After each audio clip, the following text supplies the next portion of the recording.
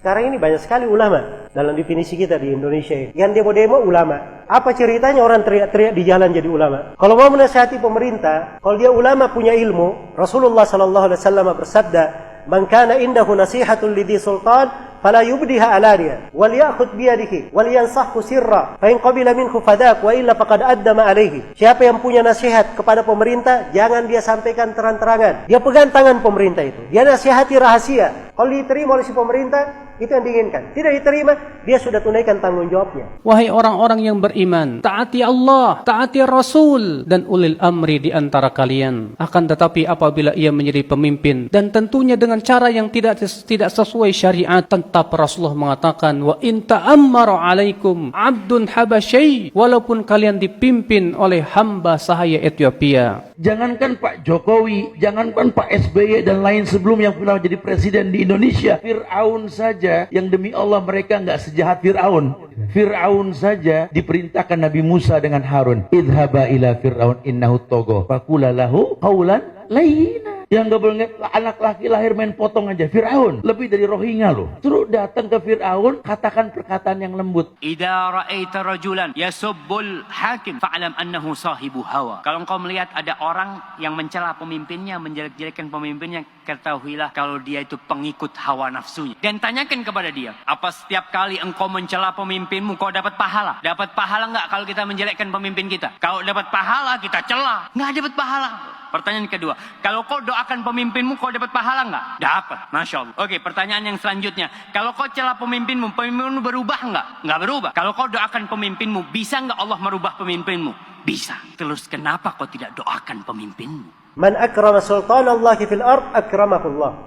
Wa man ahana sultanallahi fil ard ahanahullah. Siapa yang memuliakan pemerintah Allah di atas muka bumi, Allah akan memuliakannya. Dan siapa yang menghinakan pemerintah Allah di atas muka bumi, Allah akan menghinakannya. Imam Ahmad itu, lihat Imam Ahmad, seorang ulama, disiksa di 3 generasi pemerintahan. Tapi bersamaan dengan itu beliau berkata apa? Lau anna li da'watan mustajabah ma ja'altuha illa lis-sultan. Andai kata saya memiliki doa yang pasti dikabulkan, saya tidak akan peruntukkan doa itu kecuali untuk pemerintah. Udah dibilang bernegara seperti orang sholat. Kalau imam salah ingetin baik-baik. Subhanallah. Masih salah juga, bantu dengan bacaan, mungkin dia lupa. Jangan main tarik kerah imam. Mundur loh.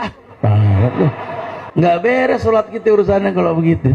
Turunin imam, ganti imam, turunin presiden. Nggak bakal pernah beres, mau sampai kapan. Kemudian saya telah terangkan rahasia, ruh dan makna. Kenapa diperintahkan kepada pemerintah walaupun dia berbuat baik? Sebab kudeta terhadapnya itu menyebabkan apa? Kerusakan yang lebih besar. Dan sepakat para ulama tidak boleh merubah kemungkaran yang akan melahirkan kemungkaran yang apa? Yang lebih besar. Tahu nggak, Hajjaj bin Yusuf itu membunuh 120.000 kaum muslimin pelan-pelan, Pak. Cungkil dulu matanya, diputuskan dulu lidahnya, dipotong telinganya, potong kakinya. Itu yang sudah dibunuh oleh dia seperti itu 120.000 orang.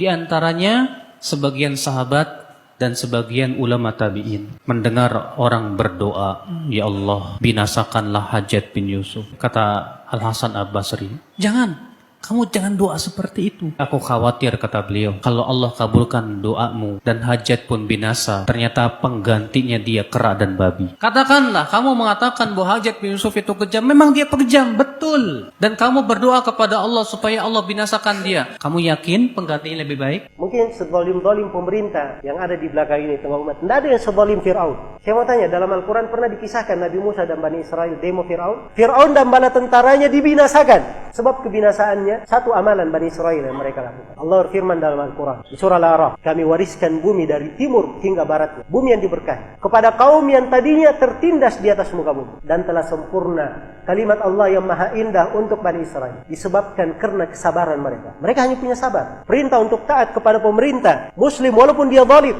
ini diucapkan oleh seluruh imam as-salaf, tidak ada silang pendapat. Afdalul jihad kalimatu adlin inda sultanin jair. Ini kata Nabi, sebesar-besar jihad adalah ucapan yang adil, ucapan yang hak, ucapan yang benar. Di mana? Di hadapan seorang pemimpin yang zalim. Di hadapan, bukan di televisi, bukan di radio, bukan di koran, bukan di Bundaran HI, bukan di Sudirman Tamrin, bukan. Misalnya saya berhadapan dengan Pak Presiden nggak benar nih begini. Mau Mosok aliran sesat didiamkan. Ini mencaci maki Nabi Muhammad. Mosok Anda diamkan begini.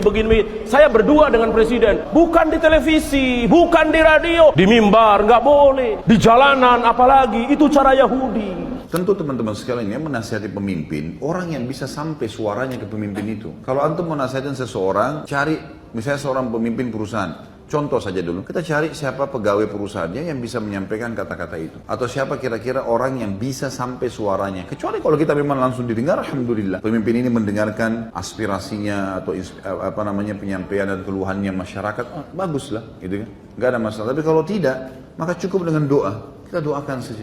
Itu senjata bagi orang beriman. Allah bisa masukkan ke dalam hati dia berubah, bisa. Bukan mustahil. Allahumma ya Allah, bukakan pintu hidayah.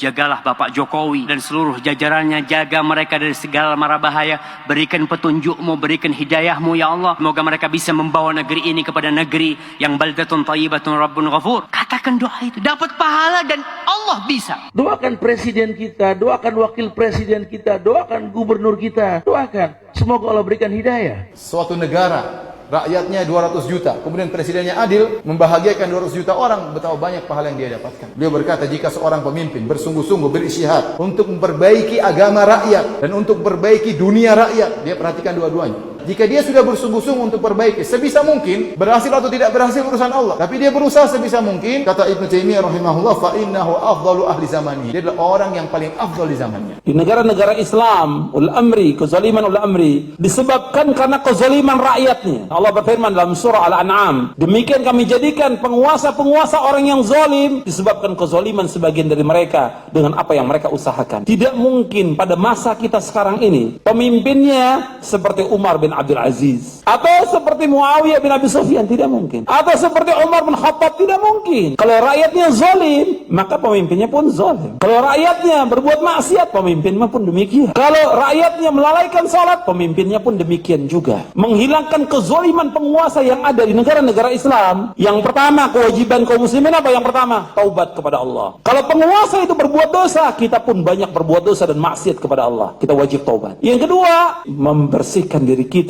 dari noda-noda syirik. Yang ketiga, kata Syekh Albani, kewajiban kita mendidik istri dan keluarga kita. Kita akan ditanya oleh Allah tentang istri dan anak kita. Kita umat Islam tidak akan ditanya oleh Allah siapa pemimpin kita, tapi kita akan ditanya bagaimana kamu mengurus istri dan anak kamu. Sebab Nabi bersabda, setiap kamu adalah pemimpin dan setiap kamu akan ditanya tentang pimpinannya.